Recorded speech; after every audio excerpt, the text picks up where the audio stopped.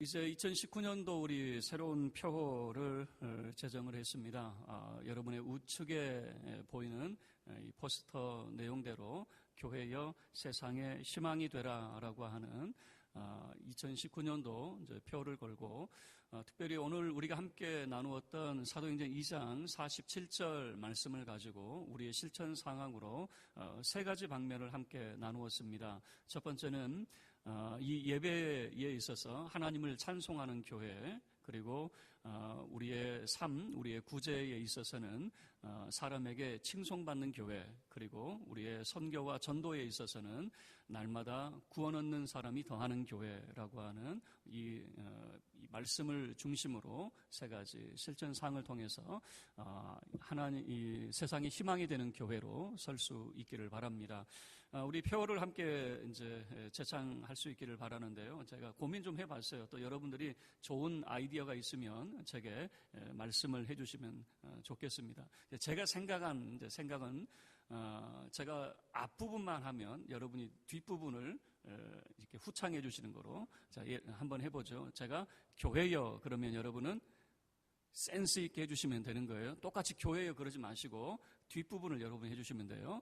교회여 이렇게 센스 있게 하시면 돼요. 그리고 우리의 이제 세 가지 실천 사항도 마찬가지인데요. 세 가지 실천 사항에서도 제가 앞부분만 하면 하나님을 사람에게 날마다 죄송합니다.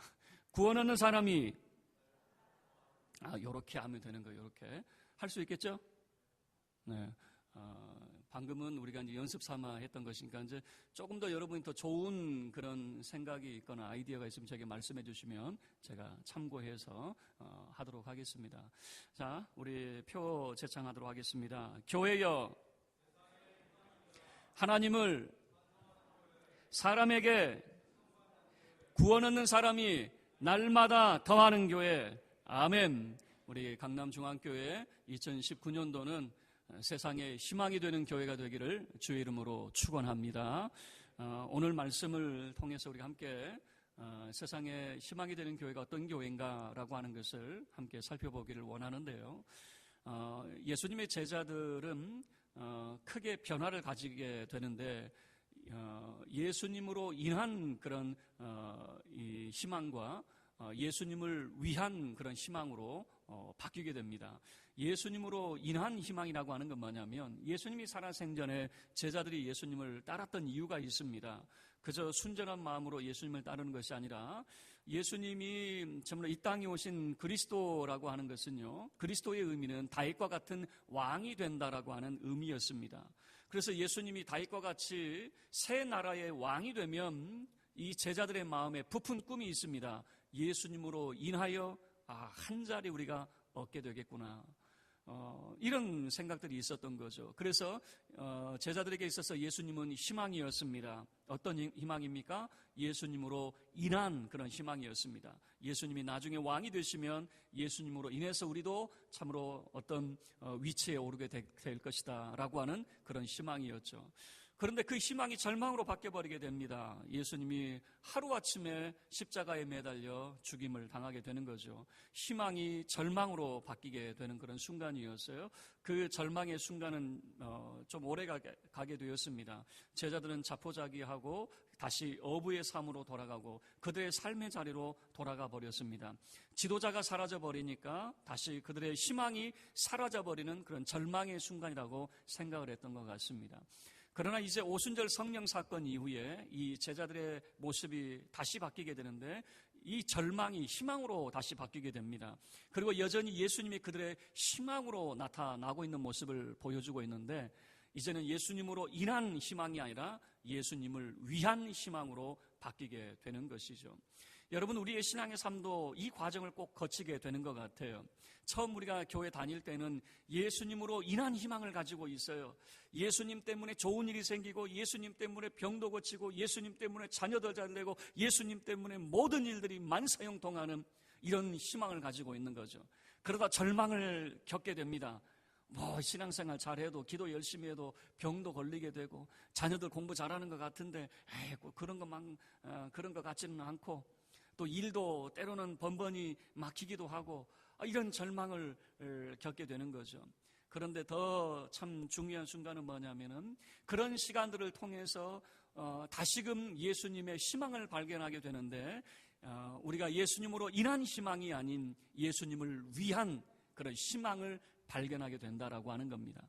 여러분이 사도행전의 제자들의 모습은 예수님을 위한 제자들의 모습을 보여주고 그 전까지만 하더라도 예수님으로 인해서 무언가를 얻으려고 했지만 이제부터는 예수님을 위해서 자신의 모든 것들을 쏟아붓는 제자들의 모습을 보여주는 거죠. 예수님을 위한 그런 희망으로 바뀌게 되는 것이죠. 여러분, 그런 모습이 됐을 때에 교회는 세상에 희망이 되는 교회가 되어졌습니다. 여러분, 오늘날 우리가 이 시대를 살아가면서 참 많은 염려를 하게 돼요. 참 교회가 어떤 모습이 될 것인가. 한국 교회가 점점 고령화돼 가고 있습니다. 교회마다 이제는 뭐라고 그럴까요? 대형화되는 교회, 그리고 소형화되는 이런 모습으로, 그리고 소형화되는 교회는 점점 힘을 잃게 되고 사라지는 그런 모습을 보여주고 있어요. 어느 지방에 갔더니 우리 목사님들과 함께 이야기를 나눴어요. 그 교회에 정말 큰 교회가 있대요. 정말 유명한 교회가 있대요. 그런데 그 지역에 있는 조그만 그런 교회를 담임하고 있는 목사님이 무슨 말씀하시냐면 그 교회 블랙홀 같아요 라고 하는 거죠. 성도들이 죄다, 뭔 상처만 생기면 죄다 그쪽으로 다 가버리니까 무슨 놈의 상처만 생기면은 그거를 감당하려고 생각하지 않고 죄다 블랙홀로 다 빨려가 버리는 뭐 이런 이야기를 나누더라고요. 그래서 참 교회가 또 세상에서 지탄을 받고 또 여러 가지 어려움들이 있는데 과연 교회가 그런 어려움 속에 이제는 희망을 잃어가고 있느냐. 그런데 여전히 교회는요, 세상에 희망이 되는 줄로 믿습니다. 여러분, 사도행전적인 그런 교회를 보세요. 사도행전의 교회가 무슨 여건과 환경이 좋아서 교회가 그렇게 날마다 구원 얻는 사람이 더하는 그런 교회가 되었습니까? 예루살렘에서는 예수의 부활을 말하지 말라고 말하는 제사장들이 있었습니다. 그리고 많은 사람들이 예수 믿는 사람들을 뭐라고 그럴까요? 경계의 눈길로 바라보는, 그래서 신앙생활을 한다는 것이 결코 녹록하지 않은 그런 환경이었습니다. 그럼에도 불구하고 교회가 날마다 부흥할 수 있었던 이유는 뭐냐면 세상의 희망으로서 교회가 서고 있었기 때문입니다. 교회가 세상의 희망이 될 수 있었던, 이 사도행전의 교회가 희망이 될 수 있었던 이유가 뭐냐? 오늘 47절 말씀이 세 가지 방면에서 우리에게 보여주고 있는 것 같아요. 그 첫 번째는 뭐냐면 하나님을 찬송하는 교회였습니다. 여러분, 하나님을 찬송하는 교회, 유대인들이 언제나 하나님을 찬송하지 않았겠습니까? 그들은 여전히 어제나 오늘이나 변함없이 하나님을 찬송하는 자들이었을 것입니다. 그러나 이 하나님을 찬송한다라고 하는 의미가 이제는 완전히 다릅니다. 그 이전에는 하나님 앞에 나와서 정말 이 피동적인 그런 자세로 하나님 앞에 제사하는 의미에서 찬송하는 자였다면, 이제는 구원 얻은 하나님의 백성으로서 그 마음판에 하나님의 참으로 구원의 은총을 입은 자들이 하나님 앞에 감격하여 구원의 감격 속에서 드리는 찬송이라고 하는 것입니다. 제가 이제 중학교 때 미션 스쿨을 다녔습니다. 그러다 보니까는 그때 제가 가정에서는 저 혼자 교회를 다녔어요. 그런데 이제 주보를 제출을 해야 되니까 교회를 다녔죠. 근데 방학이 돼가지고 이제 시골에 갔습니다. 시골에 내려갔는데 주일이 됐어요. 제가 주변 사람들을 막 다 깨웠습니다. 교회 가야 돼요. 교회 가야 돼요. 제가 흔들어가지고 중학생 어린 나이임에도 다 흔들어가지고 빨리 교회 가야 된다고. 다른 사람은 제가 믿음이 되게 좋은가 보다 생각했던 것 같아요. 근데 항상 주일날 교회 가는 이게 있어서 그런지 가고 싶었던 거죠. 그런데 교회 가서 지금도 제가 기억이 나요. 교회 갔더니 추운 날이었어요. 교회 한가운데 난로가 켜져 있습니다. 옛날에는 그 무연탄 난로 이렇게 켰잖아요. 그리고 이런 의자가 있는 게 아니라 다 바닥에 앉아 있었잖아요. 근데 제 어린 나이에 따뜻했나 봐요. 따뜻했는지 시종일관 잤어요. 깨보니까 예배 다 끝났더라고요. 그리고 이제 제가 혼쭐이 났어요. 너는 교회 가자고 하더니 그냥 내내 잠만 자냐고. 두 번 다시 교회 가나 봐라. 저한테 그러는 거죠. 제가 그때는 그냥 어린 마음에 교회 다닐 때는 그냥 주보내로 이 학교에 제출을 하러 교회 다니기도 했었고, 또는 부활절 같은 경우 달걀 주잖아요. 그 달걀 먹으려고 교회 갔던 그런 기억이 나요. 교회는 갔는데 교회가 저에게 어떤 의미가 있었던 것은 아니에요. 그러다가 제가 대학 청년부가 되어서 이 하나님을 만나는 그런 경험이 있고 정말 예수로 나의 구주, 나의 하나님으로 고백하는 그런 시간이 있었습니다. 그리고 난 다음에 제게 달라진 그런 변화가 있었어요. 제게 달라진 그 변화는 어떻게 이제 나타났냐면 제가 인식할 수 있을 정도였어요. 저도 이제 청년부부터 이제 찬양대를 섰는데 찬양대 처음에 제가 여러분 자리에 앉아서 찬양대를 보면은 찬양대인데 많이 졸더라고요. 그래서 조는 분들 보고 저분들 저 자리에 왜 있어? 이런 생각을 했는데 제가 이제 청년 때 찬양대 섰는데 왜 이렇게 졸리는지 희한하더라고요. 희한하게 이렇게 졸리더라고요. 그런데 이 예수님을 만나는 그런 구원의 감격을 가지고 난 다음에는요, 졸음이 뭐예요? 정말 찬양 구절 한 구절 한 구절에 제 신앙의 고백이 그 속에 담기더라고요. 제 신앙의 고백이 담겨서 찬양을 하니까 정말 뭐라 그럴까요? 잠이 뭐예요? 가장 힘있게, 가장 우렁차게 제가 찬양했던 기억이 있어요. 여러분, 이 하나님을 찬송한다라고 하는 것이 단순히 우리가 부모 손에 이끌려가지고 억지로 나와 있을 때 찬양하고 정말로 내가 내 마음속에 하나님의 은혜를 깨닫고 드리는 찬양하고 어찌 똑같겠습니까? 그거는 똑같을 수 없는 것이죠. 하나님의 구원의 그 은총을 깨달은 자들이 함께 모여서 찬양하는, 하나님을 찬송하는 그런 모습이었던 것이죠. 우리가 참으로 이 예배의 자리에서 하나님을 찬송하는 예배자로 여러분 설 수 있기를 바랍니다. 매주일 습관처럼 나와 있는 자리가 되지 마시고 참으로 구원의 감격 속에서 우리를 사랑하시는 그 하나님의 놀라운 사랑 안에서 하나님을 경배하며 찬송할 수 있는 자가 되기를 바랍니다. 두 번째, 우리의 그 삶의 자리에서 잘 보여주는 부분이 뭐냐면 정말 그들의 삶이 이제는 어떻게 변화가 되었는가, 사람에게 칭송받는 자로 이 변화되는 그런 교회의 모습을 보여주거든요. 어떻게 해서 사람에게 칭송을 받느냐, 여러분 45절 말씀을 보면 이렇게 말하고 있습니다. 45절 말씀에 또 재산과 소유를 팔아 각 사람의 필요를 따라 나눠주며 라고 하는 거죠. 여러분, 교회의 모습이 그 시대의 모습하고는 전혀 다른 그런 모습을 보여줬던 것이에요. 교회가 정말 자기의 이득을 위하는 그런 사람들의 이기적인 그런 모습이 아니라 서로 나눠주고 베푸는 그런 모습을 보여줬던 것이죠. 자, 그래서 지금 이 말씀을 통해서 우리가 이제 생각해 볼 수 있는 것은, 그러면 우리가 그 이웃에게 우리의 필요를 나눠주는 이런 모습이라면 교회는 그러면 공동체 생활을 하고 개인의 그런 생활들이 없어야 됩니까? 여러분, 여기에 대해서 우리가 조금 생각해 봐야 될 그런 부분들이 있어요. 여러분, 교회는 그런 공동체를 이루는 그런 공동체 생활을 해야 됩니까? 이렇게만 우리가 접근해서는 안 돼요. 예수님께서 여리고를 지나실 때에 한 세리장을 만나게 됩니다. 여러분 잘 아는 삭개오라고 하는 세리장이에요. 여러분, 삭개오가 얼마나 부자인지 요즘에 유머 가운데도 삭개오가 등장이 됩니다. 요즘 유머 가운데 삭개오가 어떻게 등장이 되는가 했더니 얼마나 부자였으면 한 번도 거절하지 않고 삭개오.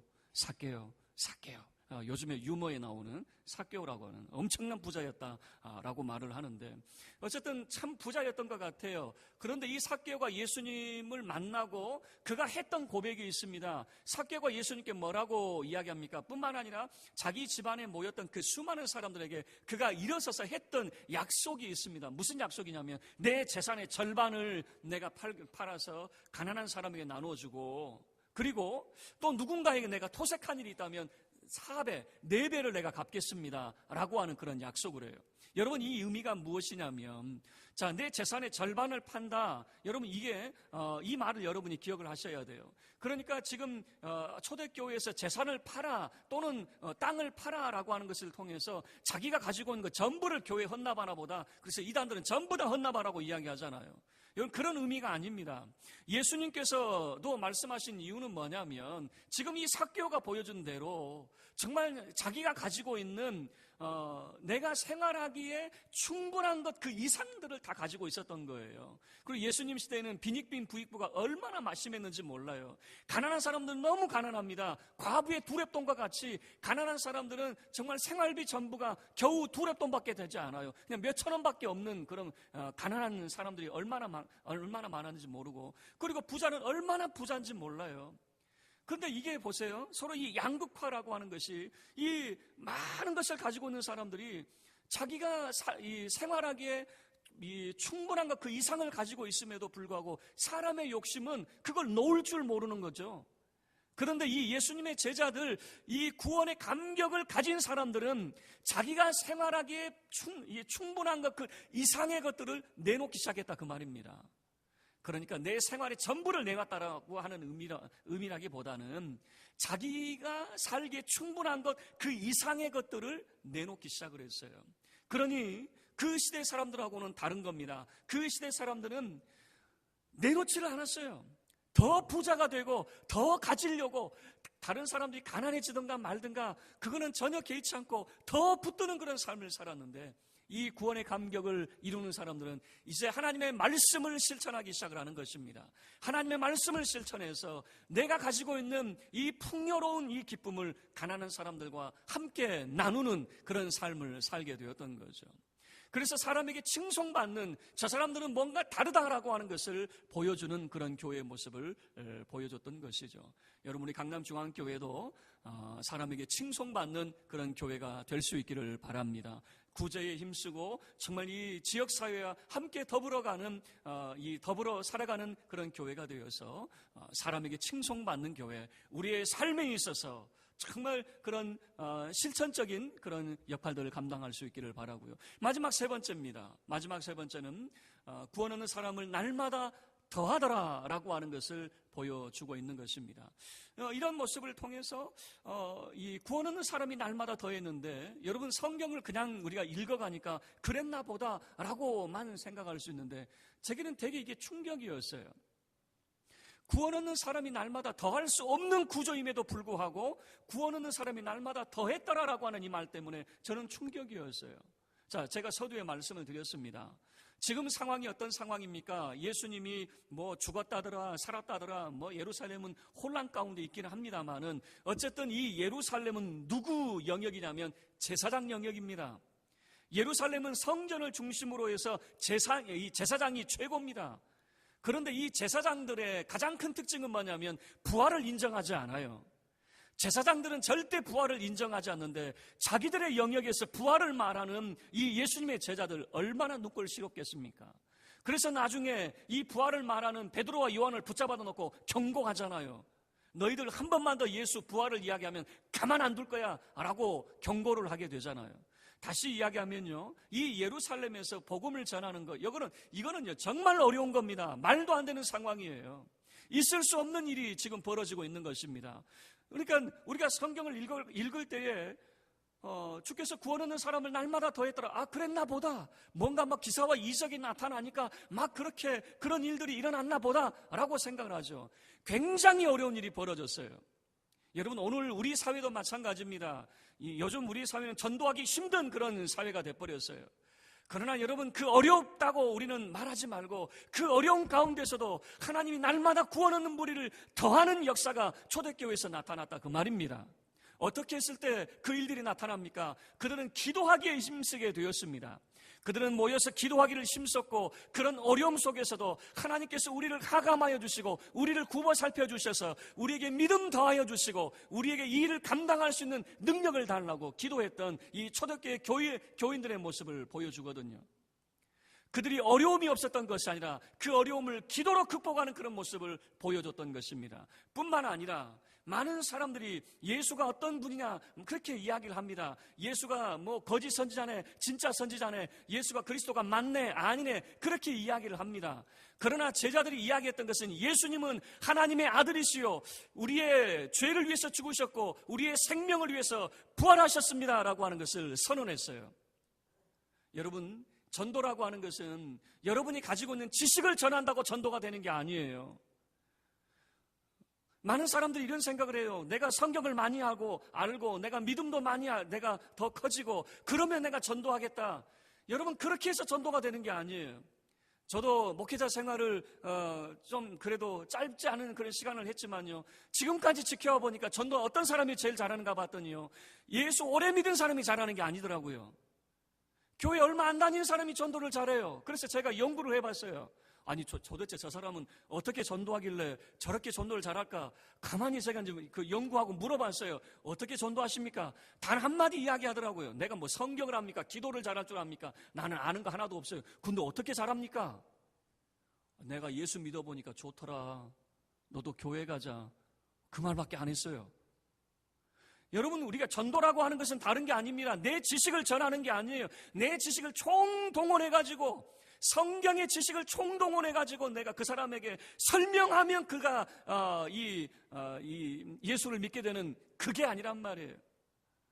여러분, 저도 이 경험에서도 마찬가지고 사도 바울도 마찬가지예요. 고린도 교회를 향해서 그가 뭐라고 이야기합니까? 나는 십자가 외에는 다른 것을 알지 않기로 했다. 십자가야말로 하나님의 지혜요, 하나님의 능력이다 라고 이야기를 했어요. 왜 그런 표현을 합니까? 그가 아테네에서 복음을 전할 때에 그의 지식을 총동원해서 복음을 전했습니다. 아테네에서 그가 가지고 있는 헬라의 모든 지식을 동원해서 그들에게 복음을 전하는데 말짱할 것이었어요. 지식을 전하는 것에는 복음의 역사가 나타나지 않았어요. 그런데 바울이 깨달은 바가 뭐냐면, 부족하지만 예수가 우리를 위해서 죽으셨고 우리를 위해서 다시 사셨습니다만 선포해도 구원의 놀라운 역사들이 나타났다라고 하는 것을 그가 알고 있었거든요. 그래서 고린도 교회를 향해서 그렇게 고백을 하게 되는 겁니다. 나는 예수 그리스도의 십자가 외에는 그 어떤 것도 알지 않기로 했다. 예수 그리스도의 십자가야말로 하나님의 지혜요, 하나님의 능력이다 라고 하는 거죠. 여러분, 구원 얻는 사람이 날마다 더하는 교회가 될 수 있기를 바라고, 이 일을 위해서 여러분이 전도와 선교에 힘써 줄 수 있기를 바랍니다. 교회는 전도하는 교회가 되어야 됩니다. 교회는 선교하는 교회가 되어야 됩니다. 우리끼리 북치고 장구치고 우리끼리 좋아서 날뛰는 여러분 그런 모습만은 교회의 온전한 모습이 될 수가 없어요. 교회는 항상 예수 그리스도의 하나님 아들 되심과 예수 그리스도를 믿음으로 참된 구원의 역사가 이루어짐을 선포함이 항상 교회의 그런 귀한 교회다움의 그런 모습이 될 것입니다. 말씀을 마치도록 하겠습니다. 2019년도 우리가 새해를 맞이하면서 2019년도 한 해는 정말 세상에 희망이 되는 교회가 될 수 있기를 바랍니다. 세상에 희망이 되는 교회, 우리의 신앙의 모습은 하나님을 찬송하는 교회가 되어야 될 것입니다. 날마다 구원의 감격으로 하나님 앞에 나아갈 수 있기를 바라고, 그리고 우리의 삶의 영역에 있어서는 이 구제에 힘쓰는 그런 모습이 되어야 될 것입니다. 그래서 사람에게 칭송받는 교회로서 정말 세상 사람들과는 조금 다른 그런 모습의 삶을 살아야 될 것입니다. 뿐만 아니라 마지막 세 번째, 날마다 구원 얻는 사람을 더하는 그런 교회로서 우리 강남중앙교회는 전도하고 선교하는 그런 교회 공동체가 될 수 있기를 바랍니다. 여러분, 교회는요, 이 건물이 교회가 아닙니다. 여러분 자신이 교회입니다. 그래서 여러분 자신이 세상의 희망으로 세워지는 하나님의 참된 교회들 다 될 수 있기를 주의 이름으로 축원합니다. 우리 모두 자리에서 일어서서 함께 우리 찬양하도록 하겠습니다. 찬송가 95장 1절과 5절만 찬양하도록 하겠습니다.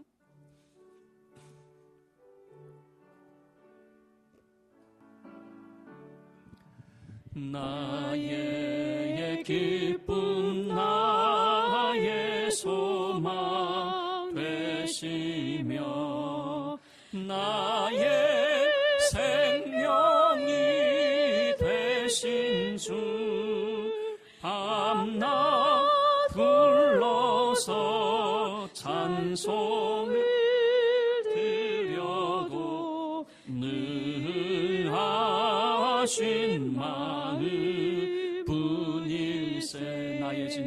나의 진정 사모하는 예수님 음성조차도 반갑고 나의 생명과 나의 참 소망은 주 예수 뿐일세. 아멘. 이 시간 우리 교회 문을 나서기 전에 우리 함께 기도하고 헤어지기를 원합니다. 여러분, 세상에 희망이 되는 교회가 될 수 있기를 바랍니다. 여러분 자신이 세상에 희망이 될 수 있음을 여러분 함께 고백할 수 있기를 바랍니다. 그래서 교회 문을 나서는 여러분 자신의 모습이 세상에 희망이 되는 모습으로 나타날 수 있도록 하나님을 찬송하는 교회, 사람에게 칭송받는 교회, 날마다 구원하는 사람이 더하는 교회, 이 말씀을 기억하면서 우리 주여 간절히 한번 외치고 함께 기도하겠습니다. 주여, 거룩하신 하나님 아버지 감사